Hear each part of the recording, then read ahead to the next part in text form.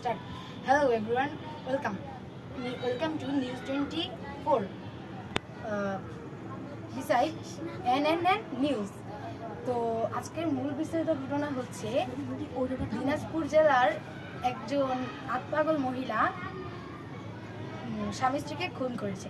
এই বিষয়ে আমরা জেনে নেব বিস্তারিত আমাদের প্রতিনিধি মুশফিকের কাছ থেকে। হাই গাইস, আসসালামু আলাইকুম। আপনারা কেমন আছেন?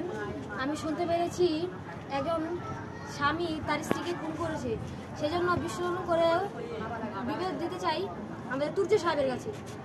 ঘটনা থেকে বোঝা যায় একজন আত্মপাগল মহিলা যাচ্ছে, হঠাৎ করে একজন স্ত্রী দুধ নিয়ে আসছিল এবং তার সাথে ধাক্কা লাগায় সে কুপিয়ে হত্যা করেছে। এবং কেন করেছে সেটা আমরা মুশফিকের কাছ থেকে জানি।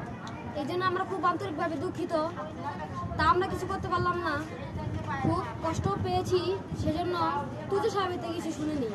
এবং সেই ব্যাপারে সরকার তাদের কোনো সহযোগিতা করছে না। এবার মুশফিক বলবে। কষ্টে আছি, এবার এটা বলে শেষ। এই জন্য আপনার কাছে এ পর্যন্তই।